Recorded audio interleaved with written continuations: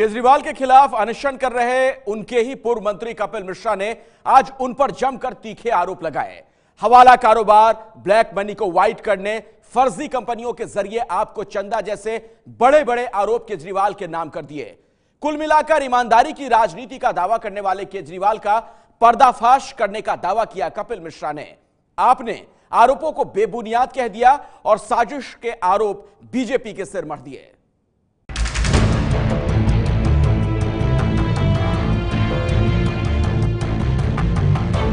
और आज तुमने इस्तीफा नहीं दिया, शाम तक कॉलर पकड़ के कुर्सी से घसीटते हुए जेल के अंदर लेके जाऊंगा। इतनी आप लोगों की बुरी हालत हो गई है कि अब आपको शिखंडियों का सहारा लेकर हम पे वार करना पड़ेगा। अरविंद केजरीवाल अभी के समय के सबसे बड़े फ्रॉड पॉलिटिशियन के रूप में उभर के आए हैं।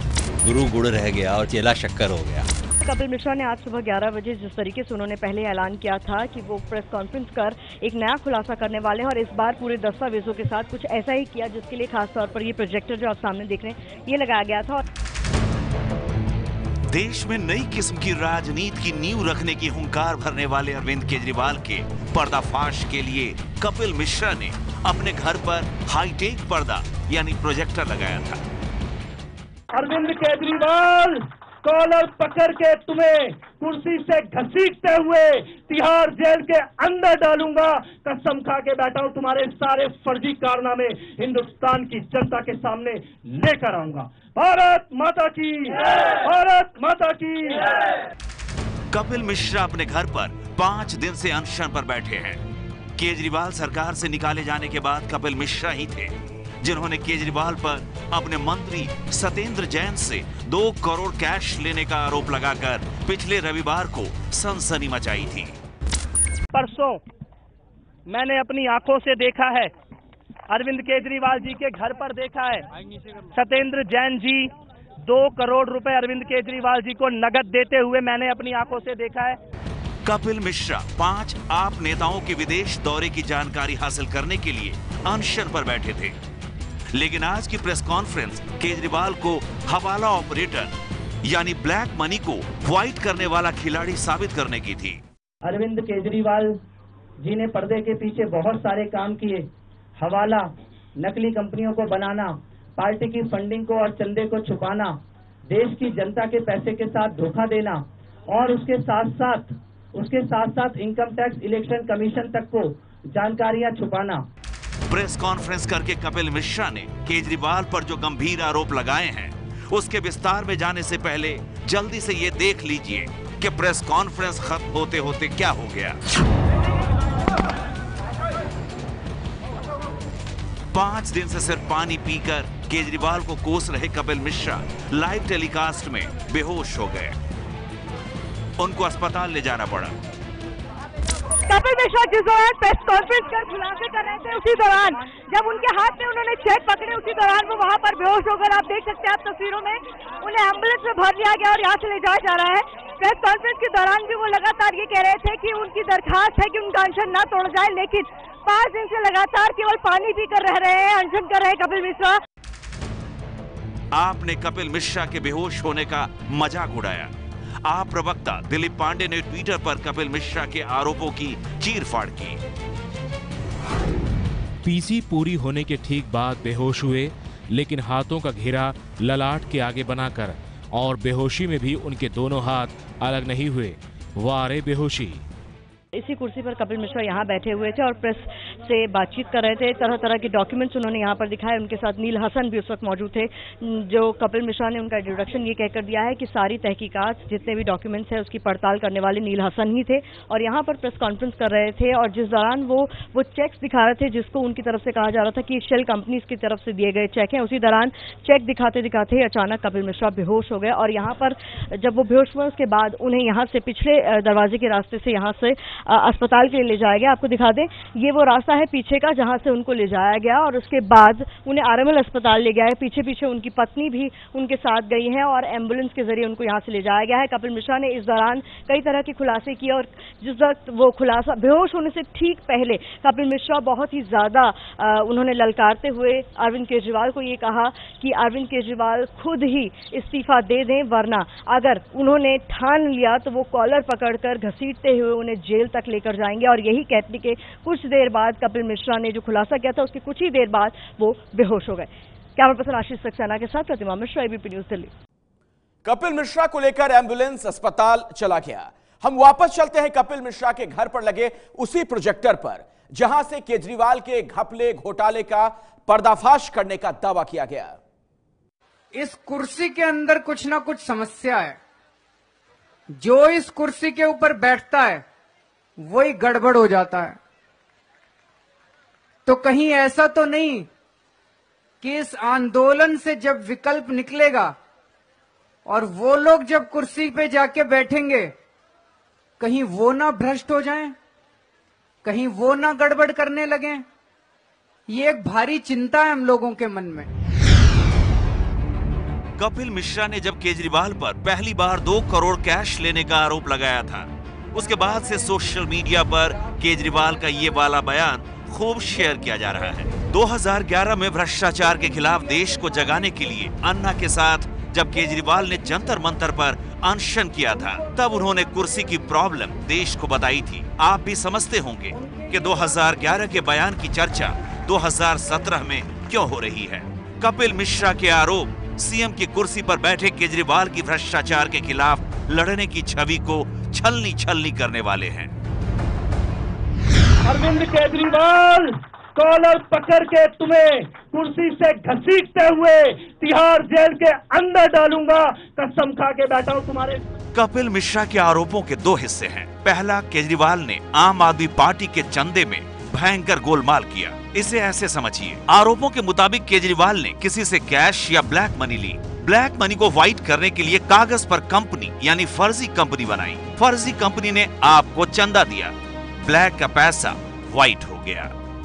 यानी 3 साल तक लगातार 13-14, 14-15 और 15-16 3 साल तक लगातार ब्लैक मनी को व्हाइट करके आम आदमी पार्टी के खाते में दिखाया गया और उसकी जानकारी income tax, election commission, website और जनता और कार्यकर्ता तीनों से छुपाई गई। कपिल मिश्रा के आरोप का दूसरा हिस्सा ये है कि केजरीवाल एंड कंपनी ने आपकी वेबसाइट, इनकम टैक्स विभाग और चुनाव आयोग को पार्टी के चंदे के बारे में जो जानकारी दी उसमें गोलमाल किया। 4 नोटिस पिछले हफ्ते आए हैं। आप रोज हमसे जो जानकारी मांगते हैं हम आपको वो जानकारियां दे देते हैं, फिर भी आप लोग नहीं कुछ कर पा रहे।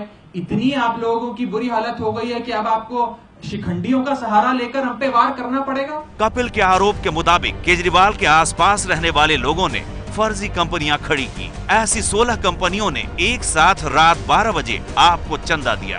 ज्यादातर कंपनियों के बैंक अकाउंट एक्सिस बैंक की उसी कृष्णा नगर ब्रांच में है जहां नोटबंदी के दौरान छापे पड़े थे। कपिल ने एक्सिस बैंक के कई ऐसे चेक्स दिखाए जिसमें तारीख ही नहीं लिखी थी। सभी कंपनियों का सीए भी एक ही है जिसे ईडी पहले ही गिरफ्तार कर चुकी है।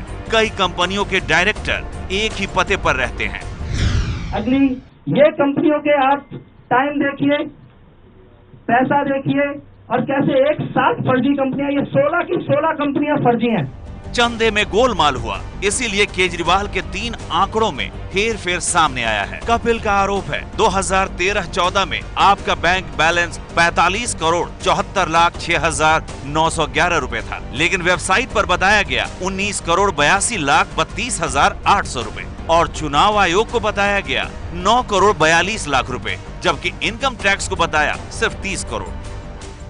इसमें सबसे खतरनाक बात जो ये हुई है 2014-15 के अकाउंट में 461 बोगस एंट्री, 6 करोड़ रुपए का कोई भी हिसाब किताब इवन एंट्री में भी नहीं डाला गया। 2014-15 में आपका बैंक बैलेंस था 65 करोड़ 52 लाख 40,752 रुपए। आपकी वेबसाइट पर 27 करोड़ 48 लाख 71,611 रुपए का चंदा दिखाया। चुनाव आयोग को 32 करोड़ 46 लाख 16,662 रुपए की जानकारी दी।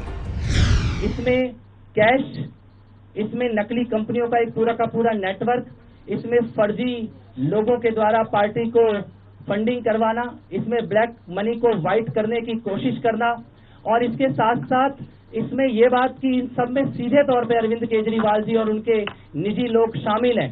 कपिल मिश्रा की प्रेस कॉन्फ्रेंस में एक्सपर्ट की हैसियत से बैठे ये हैं नील। इन्होंने आपके चंदे का हिसाब किताब किया है। ये जब किसी अकाउंट में जमा नहीं हुआ तो ये ब्लैक मनी कैसे होगी? आपने 4 कंपनी से 50-50 लाख रुपए लिया है। अब आप कह रहा मेरे को पता नहीं कहाँ से आया वो पैसा, आप पकड़ा गया ना, ठीक है, आप वही कंपनी यूज़ करेगा क्या? नहीं करेगा ना। ये कंपनी ऑलरेडी डोनेट किया आम आदमी पार्टी को छोटा चंदा, तो अरविंद ने ये सोचा कि अरे भाई इसका खुलासा नहीं हुआ, इसी को यूज़ करते। दिलीप पांडे ने ट्वीट करके यह साबित करने की कोशिश की कि कपिल मिश्रा के सहयोगी नील बीजेपी के लिए काम करते हैं। दिलीप पांडे ने नील को अरुण जेटली के घर के बाहर पोज देते दिखाया है। तस्वीर में बीजेपी प्रवक्ता संबित पात्रा और पूर्व आप नेता योगेंद्र यादव भी दिख रहे हैं। कपिल मिश्रा के अनशन के जवाब में अनशन कर रहे केजरीवाल कैंप के आप विधायक संजीव झा का दावा है कि नील ने पहले जो आरोप लगाए थे वही आरोप कपिल मिश्रा ने लगाए हैं। सबसे महत्वपूर्ण बात है कि आपने देखा होगा कि कपिल मिश्रा के बगल में एक नील टेरेन नाम का बंदा बैठा हुआ है जो भाजपा का बंदा है। केजरीवाल ने कपिल मिश्रा को उनके मंत्री पद से हटा दिया था। कपिल मिश्रा करावल नगर से आपके विधायक हैं। आपके सदस्य अभी भी बने हुए हैं, आप में ही रहेंगे और बीजेपी में नहीं जाएंगे, ये उनका दावा है। लेकिन कपिल मिश्रा के आरोपों पर बीजेपी की प्रतिक्रिया कुछ ऐसी ही है कि केजरीवाल पर लगे आरोप 100% सच्चे हैं। तथ्यों के साथ उन्होंने आरोप लगाए हैं। अरविंद केजरीवाल जी के पास कोई चारा नहीं है अब रेजिग्नेशन देने के सिवाय, क्योंकि हवाला का उनके ऊपर आरोप लगा है। फर्जी लोग, फर्जी कंपनी, शेल कंपनी और उसके माध्यम से इलेक्शन कमीशन तक को जिस प्रकार झूठ बोलने की प्रक्रिया पूरी तरह से अब सामने आई है, अब अरविंद केजरीवाल जी एक फ्री और फेयर इन्वेस्टिगेशन के लिए तैयार होने चाहिए। कपिल मिश्रा के आरोपों का जवाब देने में टीम केजरीवाल ने देर नहीं लगाई। इधर एम्बुलेंस से कपिल मिश्रा अस्पताल पहुंचाए गए, उधर संजय सिंह, राघव चड्ढा सफाई देने के लिए मीडिया के सामने हाजिर हो गए। कपिल मिश्रा ने फर्जी वाड़ा दिखाने के लिए कुछ चेक दिखाए थे। संजय सिंह भी एक चेक लेकर आए बीजेपी की साजिश बताने के लिए। भाजपाइयों को मैं कहना चाहता हूं, अपने संघी फार्मूले को बंद करो, झूठ बोलने के फार्मूले को बंद करो और कपिल मिश्रा के पीछे से वार करना बंद करो। अगर आपको आम आदमी पार्टी से लड़ना है तो बीजेपी वालों सामने आकर लड़ो। कपिल मिश्रा ने केजरीवाल की पार्टी पर जो आरोप लगाए हैं, उस मामले में 2 दिन पहले ही एबीपी न्यूज ने रिपोर्ट दिखाई थी। रिपोर्ट इस बात पर थी कि इनकम टैक्स विभाग ने आपको नोटिस जारी किया है चंदे का अलग अलग हिसाब देने पर। 11 मई को एबीपी न्यूज पर प्रसारित संवाददाता ओम प्रकाश तिवारी की रिपोर्ट का एक अंश देखिए। आयकर विभाग ने साल 2016 में जब इस मामले की जांच शुरू की और आम आदमी पार्टी को नोटिस दिया, तो पार्टी ने आयकर विभाग से कहा कि वो इस मामले में revised donation list election commission के सामने फाइल करेगी। पार्टी ने जब लिस्ट इलेक्शन कमीशन के सामने फाइल की तो एक और घोटाला सामने आया। आयकर विभाग के पास आम आदमी पार्टी के चंदे से जुड़े 2 मामले हैं और अब तक की जांच में आयकर विभाग ने इन दोनों मामलों में पार्टी को दोषी माना है। ये है एबीपी न्यूज, आपको रखे आगे।